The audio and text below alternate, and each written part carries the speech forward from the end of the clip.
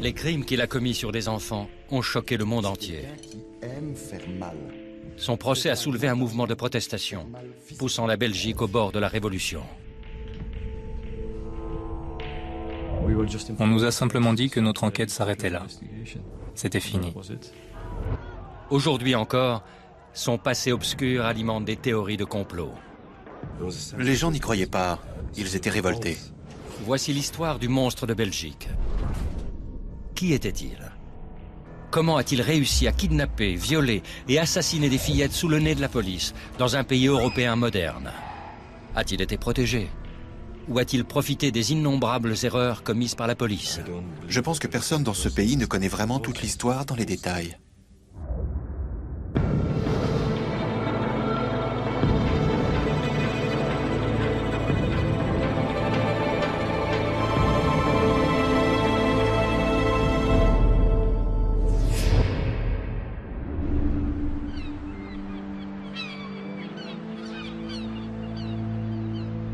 En août 1995, Anne Marshall, 17 ans, et son ami Eefje Lambrechts, 19 ans, partent faire du camping avec d'autres camarades à Blankenberg, au bord de la mer du Nord, malgré les réserves de Paul, le père d'Anne.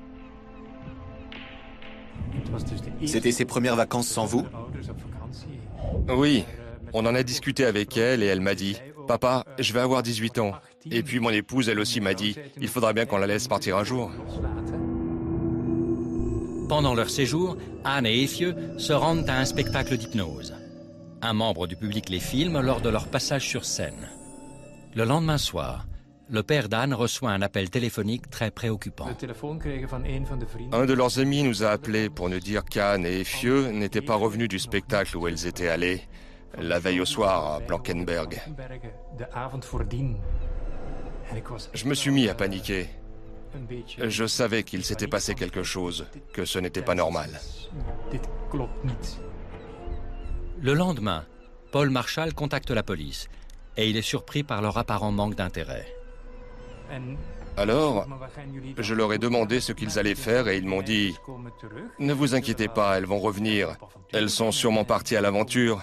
Elles vont réapparaître, c'est sûr. » J'étais sidéré. Moi, je pensais que la police était là pour faire en sorte que tout se passe bien, que tout le monde soit en sécurité.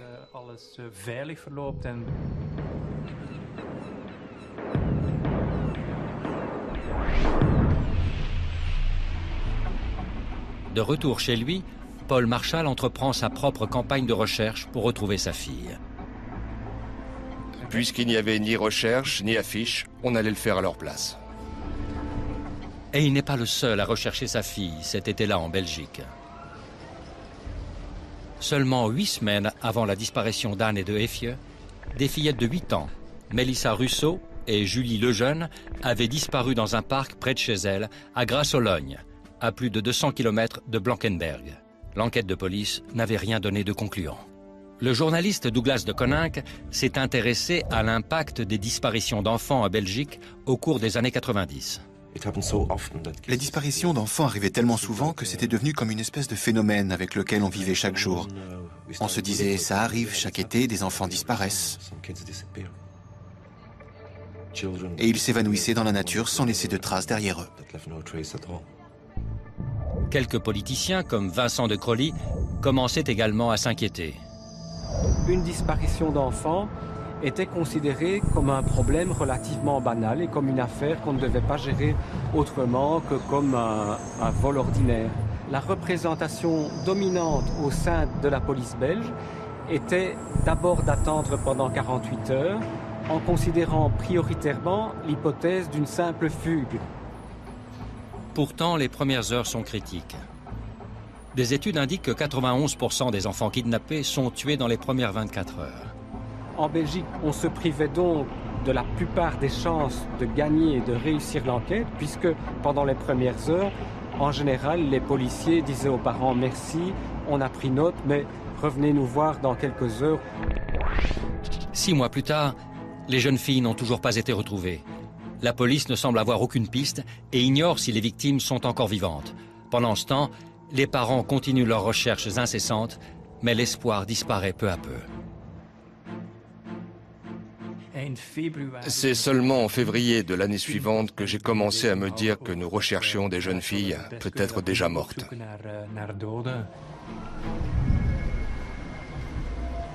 4 filles avaient disparu sans laisser de traces. Cela voulait-il dire que d'autres enfants étaient en danger? Certains allaient être espionnés, suivis, et d'autres jeunes filles allaient à leur tour disparaître. Un jour de l'été 1996, Sabine Dardenne, alors âgée de 12 ans, entreprend son chemin habituel vers l'école.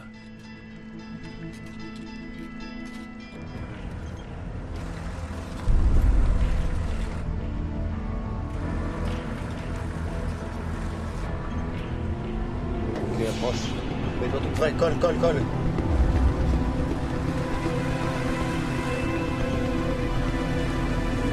Ok, j'y vais.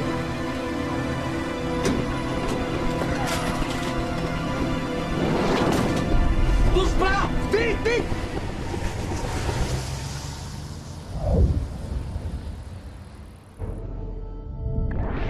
La disparition de Sabine est tout de suite très médiatisée et la Belgique fait une nouvelle fois face à une affaire d'enlèvement de petites filles.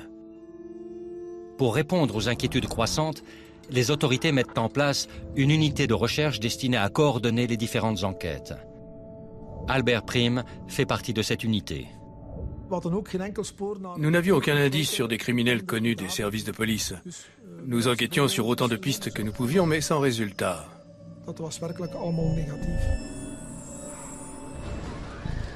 Nous n'aurions jamais pensé que toutes ces disparitions étaient l'œuvre d'une seule et même personne. À l'époque, c'était complètement impensable. 10 semaines se passent et la disparition de Sabine ne fait plus la une des journaux. Alors que les enquêteurs cherchent encore à établir une piste solide, une autre petite fille est enlevée.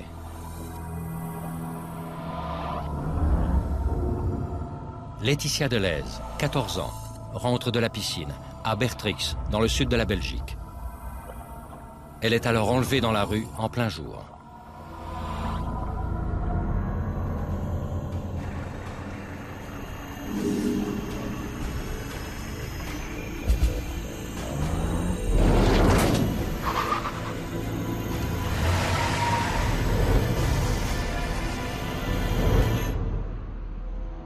Six fillettes ayant maintenant disparu, l'opinion publique fait pression pour qu'il y ait des résultats. Michel Demoulin, un enquêteur de la petite ville de Dinan, fait partie des officiers de police que l'on rattache à l'enquête sur la disparition de Laetitia. Mais voilà, donc le 9 août 96, jour de disparition de Laetitia, on a fait appel à moi pour participer, comme d'autres enquêteurs, à des recherches concernant la disparition, puisque donc dans les devoirs d'enquête, on a commencé à avoir, je veux dire, des tas d'éléments qu'il fallait vérifier. Après 2 ou 3 jours d'enquête, nous n'avions toujours pas retrouvé Laetitia. Mais nous avions recueilli quelques témoignages qui nous semblaient intéressants. Un habitant du village a aperçu un véhicule suspect rôder dans les parages.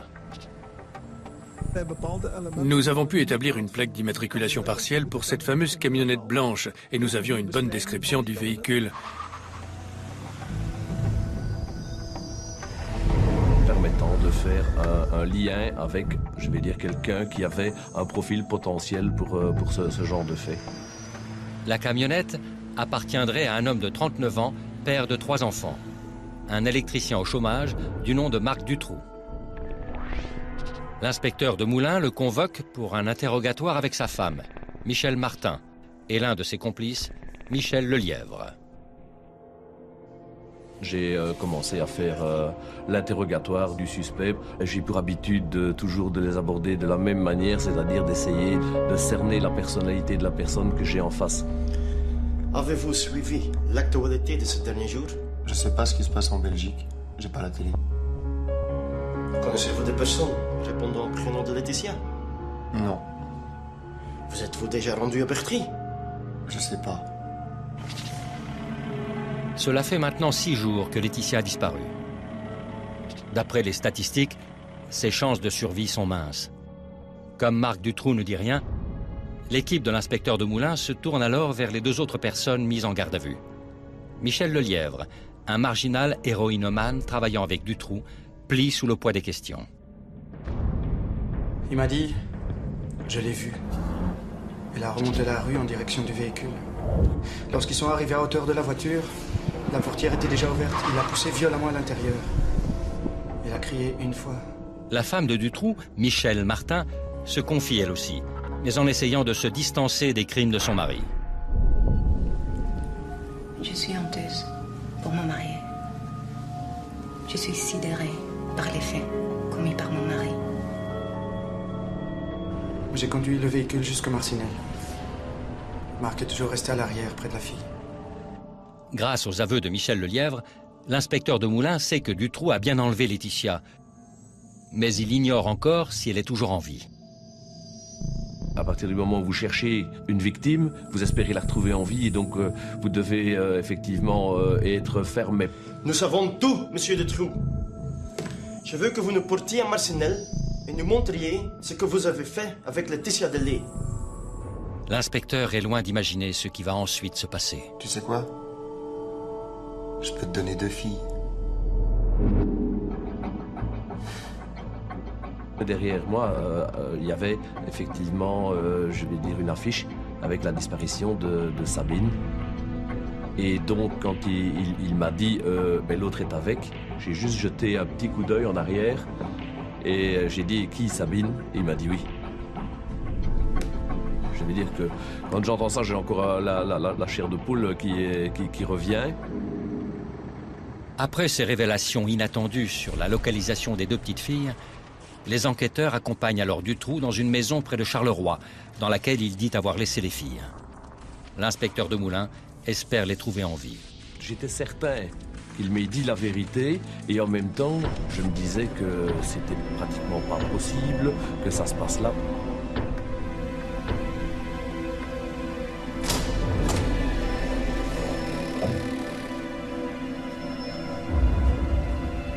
Dans une minuscule et sordide petite cellule cachée dans le sous-sol de la maison, l'inspecteur de Moulins retrouve Laetitia, disparue depuis 6 jours. Et aussi surprenant que cela puisse paraître, Sabine Dardenne, toujours vivante, après 80 jours en captivité. Elles sont exténuées et terrifiées. Mais la découverte de ce genre de choses, on a un mélange d'émotions. D'émotions en tout genre. C'est vrai qu'on est heureux, on est fâché, on se dit que c'est pas possible, on a un sentiment de révolte. Ce sont des visions qui vous travaillent pendant des mois.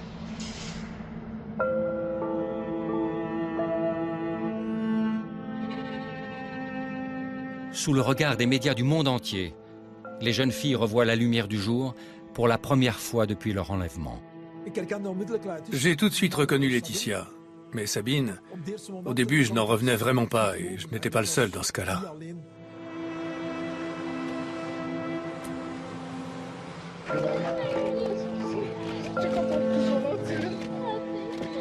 Le monde est alors le témoin de scènes émouvantes de retrouvailles entre les parents et leurs filles qu'ils pensaient avoir perdues.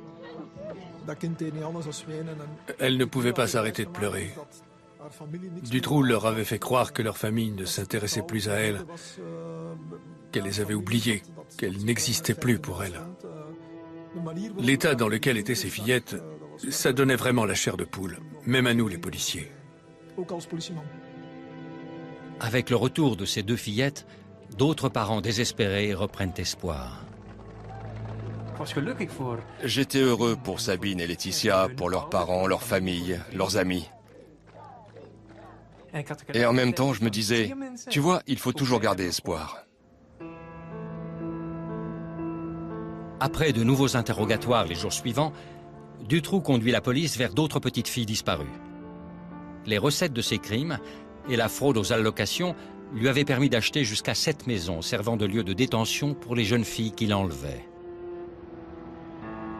On retrouve Julie Lejeune et Mélissa Russo, les 2 fillettes de 8 ans disparues le même jour en juin 1995, enterrées dans le jardin d'une de ces maisons.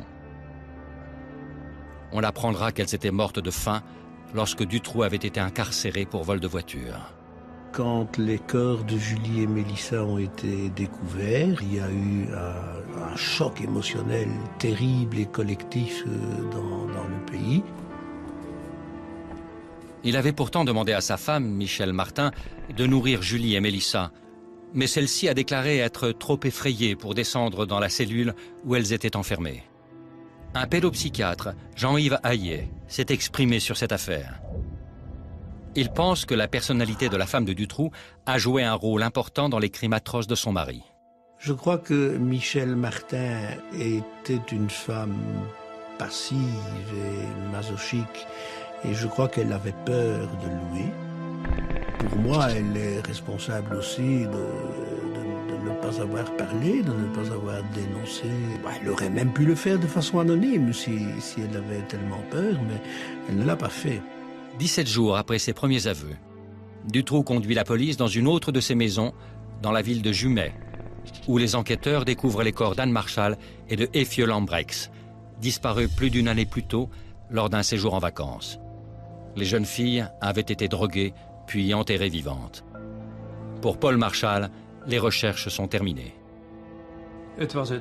C'était bien sûr très douloureux et difficile à admettre sur le moment.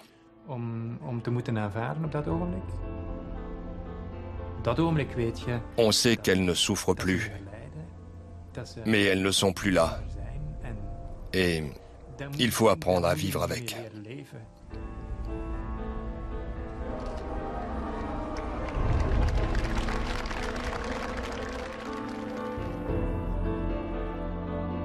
Les 6 filles disparues ont toutes été retrouvées.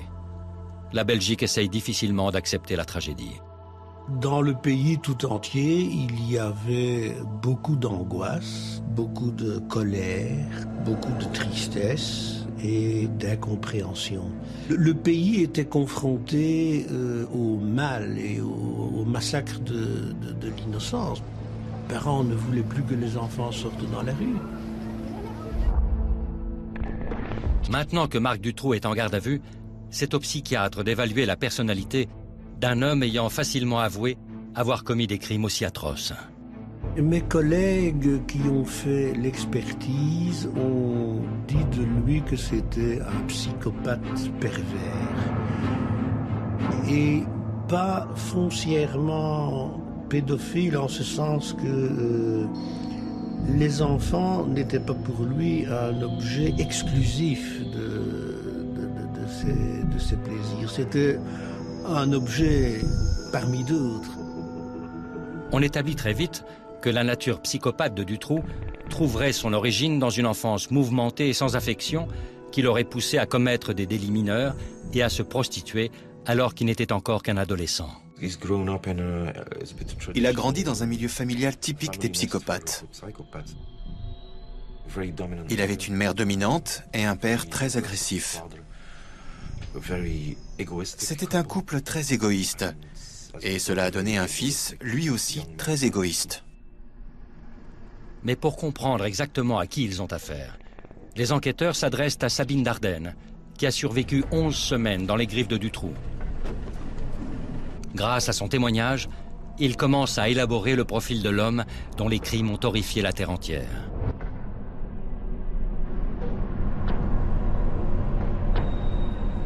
Après avoir été enlevée sur le chemin de l'école, Sabine avait été conduite dans une maison de Marcinelle, dans la banlieue de Charleroi, au cœur d'une Belgique industrielle sur le déclin.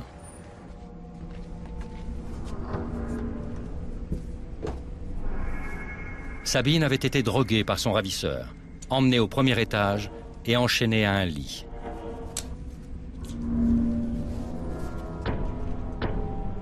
Dutroux lui avait alors raconté une histoire très élaborée, expliquant pourquoi elle était là. Lui a expliqué qu'elle avait été enlevée pour une demande de rançon, mais que ses parents refusaient de payer la rançon. Que dès lors, les commanditaires de cet enlèvement lui avaient donné ordre de l'exécuter, et que comme lui, il était très gentil, il avait décidé de la protéger. On dirait qu'ils t'ont abandonné. Tu peux t'estimer heureuse d'être avec moi.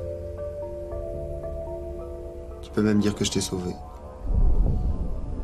Qu'en échange de cette protection, elle lui accorde quelques faveurs, et chacun aura compris de quoi il s'agissait. Seul et piégé, Sabine Dardenne sera violée à plusieurs reprises par son ravisseur, ou comme il le dit lui-même, par son sauveur. C'est quelqu'un qui aime faire mal. C'est quelqu'un qui aime pratiquer à tous égards la manipulation mentale. Faire mal mentalement, faire mal physiquement.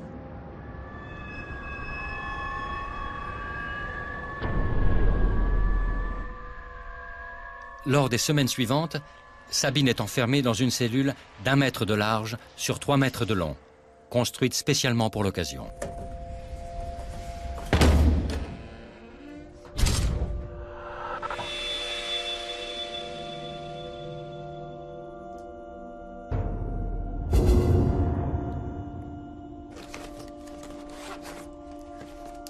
A tenu un journal, jour par jour, dans lequel elle indiquait notamment, par une croix, quand Dutroux était venu abuser d'elle. Une croix, c'était j'ai eu mal, 2 croix, c'était j'ai eu très mal.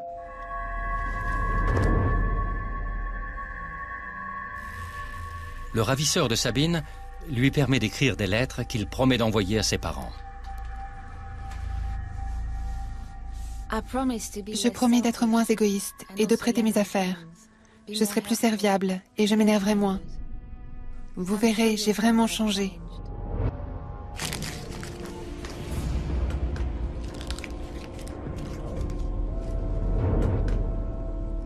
Mais aucune des lettres n'est envoyée.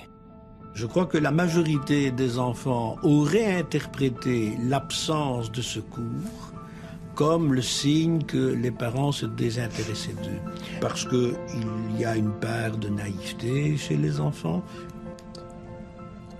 Je vous en prie, réfléchissez à tout ce que je vous ai dit. Je ne tiendrai plus très longtemps. Le témoignage de Sabine soulève une question primordiale. Comment Marc Dutroux a-t-il pu opérer si librement et depuis si longtemps? La police aurait-elle pu l'arrêter plus tôt? D'autres vies auraient-elles pu être sauvées? Alors que des détails encore plus sordides remontent peu à peu à la surface, un monde épouvanté voit la société belge au bord de la rupture.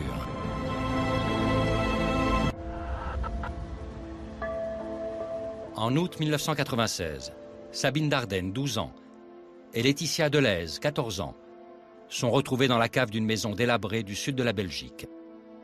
Laetitia y était enfermée depuis 6 jours, Sabine depuis 79 jours. Bien que Sabine et Laetitia aient survécu, 4 autres filles ont trouvé la mort entre les mains de leur bourreau, Marc Dutroux.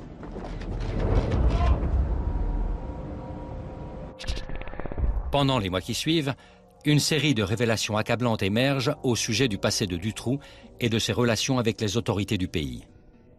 Le peuple belge se rend compte avec horreur que la police aurait pu l'arrêter depuis longtemps et ainsi sauver la vie des 4 jeunes filles.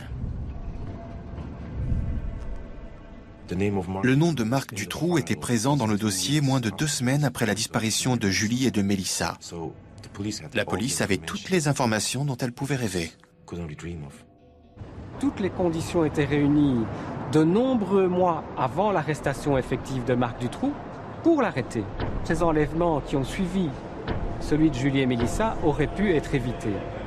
Nous avons cette certitude que Dutroux aurait pu être arrêté. On en apprend encore davantage. En 1989, 6 ans avant la disparition de Julie Lejeune et de Mélissa Russo, Dutroux et sa femme avaient été condamnés pour l'enlèvement et le viol de 5 mineurs. Pourtant, Dutroux avait été relâché au bout de 3 ans d'une peine totale de 13 années. Il était tout à fait prévisible qu'il allait récidiver. On avait lâché une bombe à retardement, une puissante bombe à retardement dans la nature. Depuis sa sortie de prison en 1992, il y avait eu de nombreux signaux d'avertissement. Un informateur avait signalé que Dutroux lui avait demandé de l'aide pour kidnapper une petite fille. Et la propre mère du criminel avait informé la police que son fils cachait peut-être des enfants dans sa maison.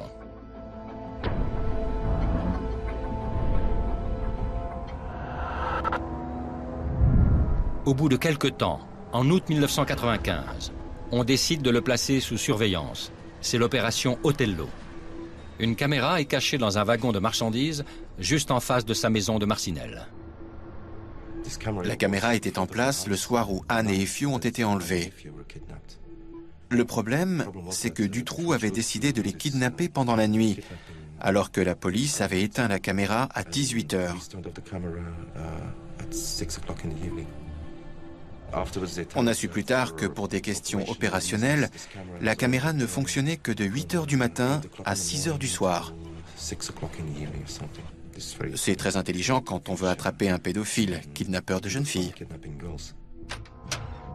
L'officier de police à la tête de l'opération Othello, René Michaud, fait une perquisition dans la maison en décembre 1995. Dutroux venait d'être interrogé au sujet d'une affaire de voiture volée et les enquêteurs avaient sauté sur l'occasion pour fouiller la maison. Le serrurier Alain Lejeune accompagne les policiers pendant l'inspection. Qu'est-ce qu'on entend? Il y a des enfants ici? Tout à coup, on entend des voix d'enfants. Il entend ces voix et il leur dit « Vous avez entendu ça ?» Non, ce sont des enfants dehors. Ouais, ils jouent dehors. Ah non, ce bruit vient de l'intérieur, écoutez, c'est clair. Silence. Non, et puis c'est qui le policier ici? Allez, on y va. Le serrurier dit qu'il a entendu des voix et qu'il est sûr et certain qu'elles venaient de là, 2 mètres en dessous de l'endroit où il se tenait. Les voix sont celles de Mélissa Russo et de Julie Lejeune. 3 mois plus tard, elles étaient décédées. Il ne faut pas oublier que la disparition de Julie et de Mélissa faisait la une des journaux belges. C'était la plus grande priorité de la police. En tout cas, c'est ce qu'elle nous avait dit. Lors de la perquisition, René Michaud trouve des cassettes vidéo. Ils n'ont pas regardé les cassettes. Leur explication, c'était qu'ils n'avaient pas de magnétoscope. Sur l'une d'elles, on voit Dutroux construire la cellule. L'explication de l'endroit où elle se trouvait et comment elle avait été conçue était là, sur cassette. Il suffisait de la visionner. Mais non, il n'avait pas de magnétoscope. Enfin, encore une fois, c'est la version officielle. Je n'y crois pas une seconde. René Michaud a toujours affirmé que la porte de la cellule était tellement bien dissimulée qu'il était impossible d'en déceler la véritable fonction. D'autres enquêteurs ayant vu la maison soutiennent cette déposition. L'espace dans lequel les enfants étaient confinés était impossible à voir. Des étagères avaient été placées devant la porte. Il y avait de nombreux cartons et toute une pile de déchets par terre. Personne n'aurait pu soupçonner qu'on avait construit une cellule derrière pour y cacher des enfants. Je ne conçois pas qu'un seul enquêteur, alors qu'il est en train de rechercher une fille disparue... L'inspecteur Michel Demoulin ne comprend pas qu'on n'ait pas fouillé la maison de fond en comble. L'inspecteur Michaud avait déclaré que son plus grand échec avait été de ne pas retrouver les fillettes vivantes. Certaines personnes sont sceptiques. Dire que c'est de l'incompétence, non. Il y a une limite à ce que l'on peut considérer comme de l'incompétence. Toute la Belgique recherche ses enfants. Et la gendarmerie connaît Dutroux. Elle sait son passé, qui est un passé de pédocriminalité. Elle sait qu'il construit des caches un peu suspectes dans certaines de ses maisons. Et pourtant, de manière totalement incompréhensible, on n'arrête pas Marc Dutroux. Les Belges commencent à se demander si Dutroux ne serait pas protégé par des personnes puissantes au sein de l'État.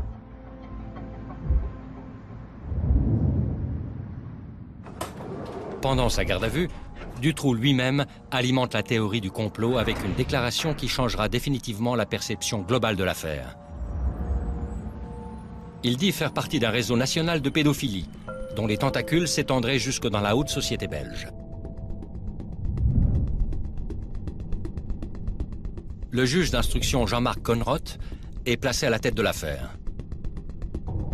Résolu à obtenir la vérité, il fait arrêter des associés connus de Dutroux.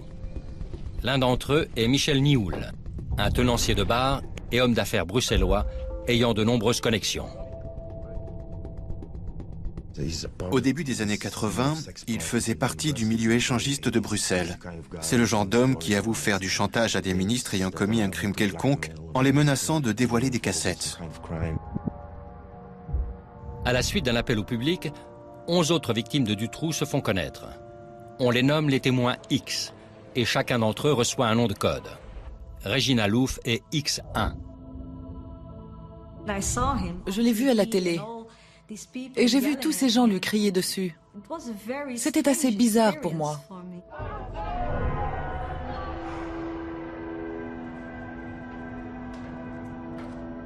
Regina Louf, désormais mère de 4 enfants, dit avoir rencontré Marc Dutroux et Michel Nioul dans son enfance. Le petit ami de ma mère me donnait à d'autres hommes pour de l'argent. C'était une sorte de réseau de prostitution. Et c'est là que j'ai rencontré Nioul. Il organisait des soirées pour des pédophiles qui choisissaient 1, 2 ou plusieurs enfants.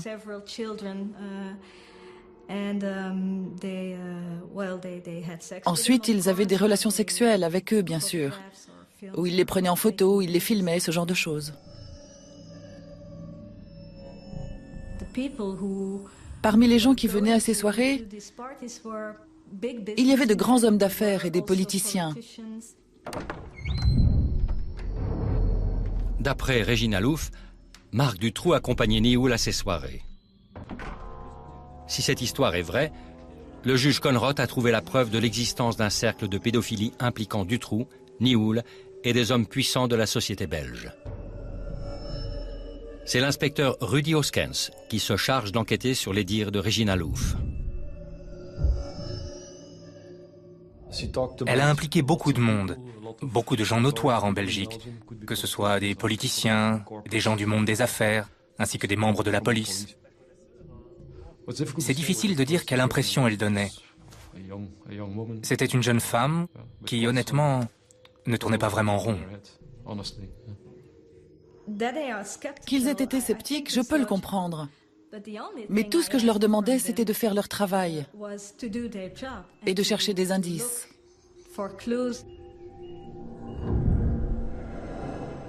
Puis Regina Louf donne des détails très précis sur le meurtre non résolu de Christine Van Hesse, une jeune fille de 15 ans dont le corps avait été retrouvé en 1984 dans une ferme abandonnée de la périphérie de Bruxelles. On a retrouvé des indices dans le dossier de ce meurtre, dans les résultats de l'autopsie du cadavre, qui corroboraient ses propos. La façon dont la victime était attachée, avec les mains dans le dos, ainsi que ce qu'on lui avait fait subir. Il y a des choses qu'elle nous a dites pendant l'interrogatoire qui n'avaient pas été rendues publiques à l'époque du meurtre. Les informations de Regina Louf sur ce meurtre persuadent l'inspecteur Hoskens qu'il y a peut-être du vrai dans le reste de ces accusations. S'il n'y a que 10 ou 20% d'informations valables, ça vaut quand même la peine d'investiguer. Ça me paraît clair. Les implications de ce témoignage sont extrêmement graves. Un réseau pédophile constitué de criminels et de riches clients serait protégé par les autorités. Si elle disait la vérité sur le crime, sur les motifs du crime et sur la façon dont il avait été commis, il y avait danger. Il se pouvait qu'elle dise également la vérité sur les suspects. Et je pense que certaines personnes ont eu peur de ça.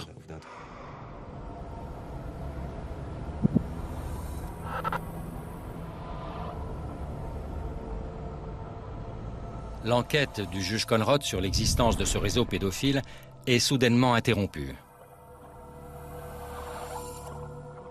En octobre 1996, le juge Conrod est renvoyé. Ses supérieurs au ministère de la Justice considèrent que sa présence à un dîner auquel l'avaient invité les familles des victimes de Dutroux pose un conflit d'intérêts.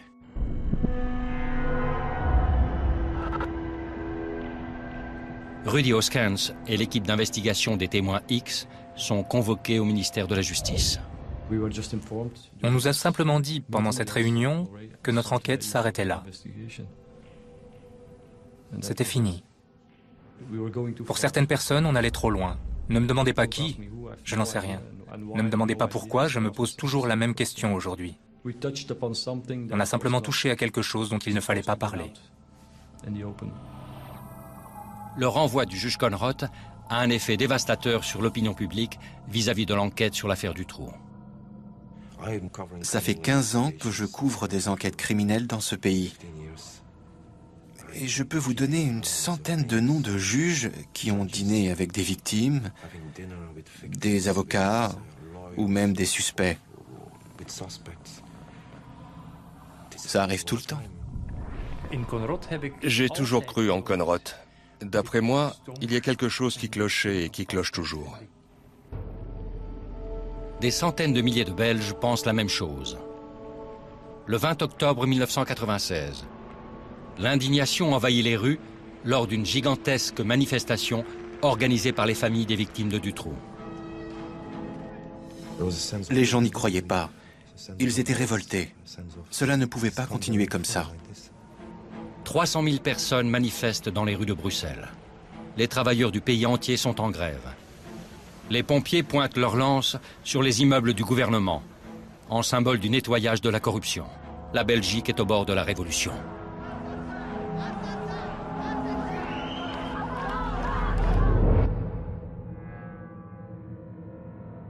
Pendant ce temps, l'homme au centre de l'ouragan persiste en affirmant qu'il n'est qu'un simple pion dans un complot d'une bien plus grande importance.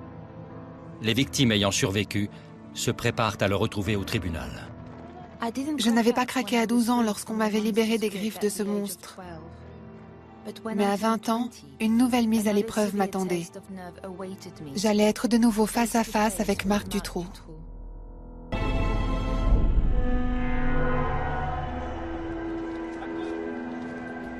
En 2004, Sabine Dardenne et Laetitia Delez sont présentes au procès de l'homme qui les avait séquestrés dans une minuscule cellule. Sur le banc des accusés, aux côtés de Marc Dutroux, se trouvent son ex-femme Michel Martin et ses complices présumés Michel Nioul et Michel Lelièvre. Il aura fallu attendre 8 ans pour entamer le procès, car officiellement, les autorités ont passé un temps considérable à vérifier des centaines de pistes sur des cercles pédophiles qui, selon la police, n'existent pas. On se dit le procès aura lieu 98, 99. Certains rêveurs disaient en 2000. Non. Bon, 2004. À cause de tous les errements, on a égaré l'instruction dans toute une série de pistes plus farfelues les unes que les autres. En 1996, Sabine Dardenne avait été emprisonnée 79 jours dans la cave de Dutroux. 8 ans plus tard, elle a enfin l'opportunité de se confronter à lui. Dutroux, c'est un pervers. Dutroux, c'est un prédateur. Dutroux, c'est un monstre. Elle voulait pouvoir le voir en face. Elle voulait pouvoir lui poser un « Pourquoi ne m'avez-vous pas tué ?» Question à laquelle Dutroux ne lui a pas fait l'aumône ou la charité d'une réponse.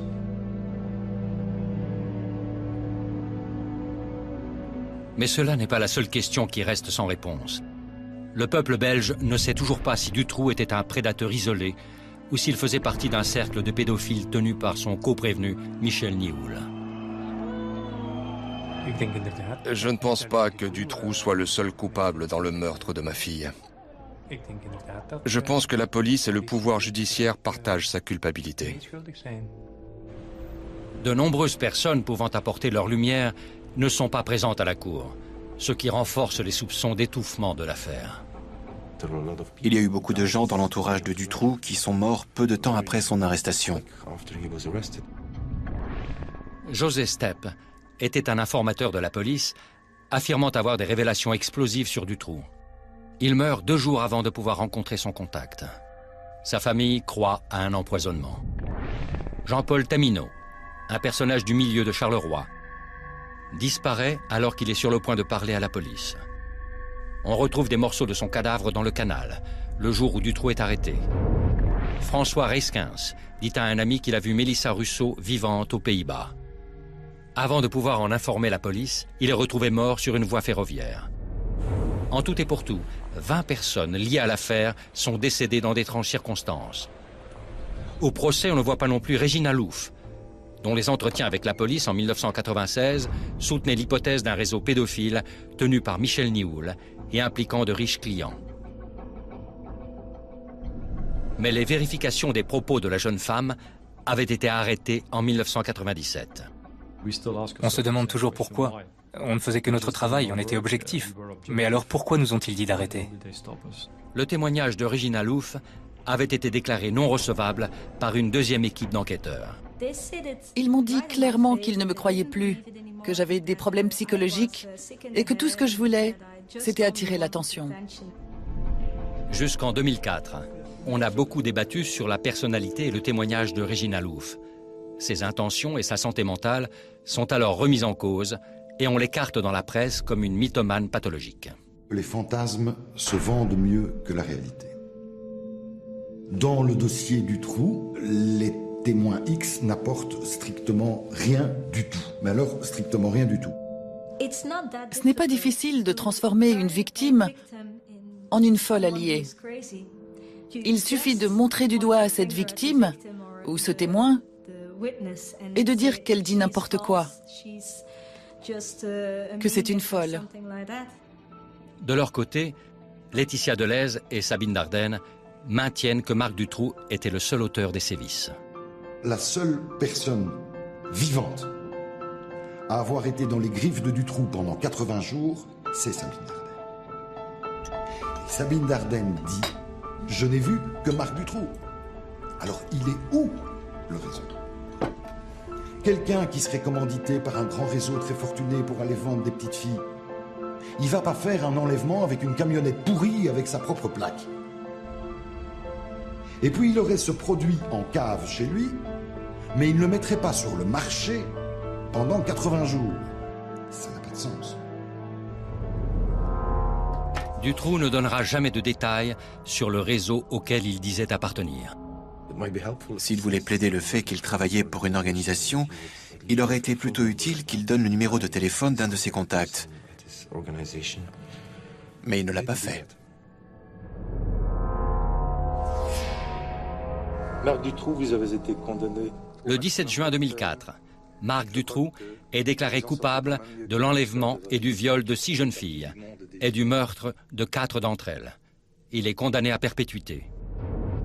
Son chauffeur, complice, Michel Lelièvre, est déclaré coupable d'enlèvement et condamné à 25 ans de prison. Son ex-femme, Michèle Martin, est déclarée coupable comme co-auteur des séquestrations. Elle est condamnée à 30 ans d'incarcération. Quant à Michel Nioul, il est condamné pour trafic de stupéfiants, mais il est acquitté en tant que complice de Dutroux. Officiellement, la thèse du cercle pédophile, des clients puissants et de l'étouffement de l'affaire n'est donc pas reconnue.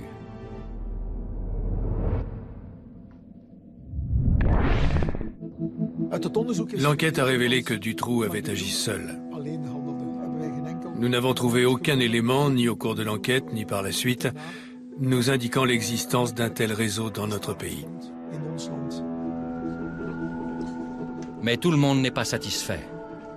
Je pense qu'on ne saura jamais ce qui s'est passé et que personne dans ce pays ne connaît vraiment toute l'histoire dans les détails.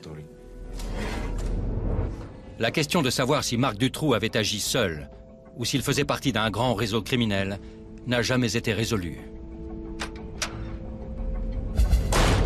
Il est clair qu'il aurait pu être arrêté beaucoup plus tôt. Il est certain que Julie et Mélissa auraient pu être sauvées et que d'autres victimes postérieures à elles auraient pu être sauvées également. La question restera toujours de savoir si c'est réellement la fatalité ou si d'autres paramètres ont pu jouer. Un rapport parlementaire belge accusera la police d'inefficacité et d'incompétence. Mais cette condamnation n'apportera pas plus de clarté à une affaire qui avait pourtant révolté le pays. Je voulais connaître toute la vérité, mais maintenant je veux juste m'en rapprocher le plus possible, parce qu'apparemment nous n'avons pas le droit de tout savoir.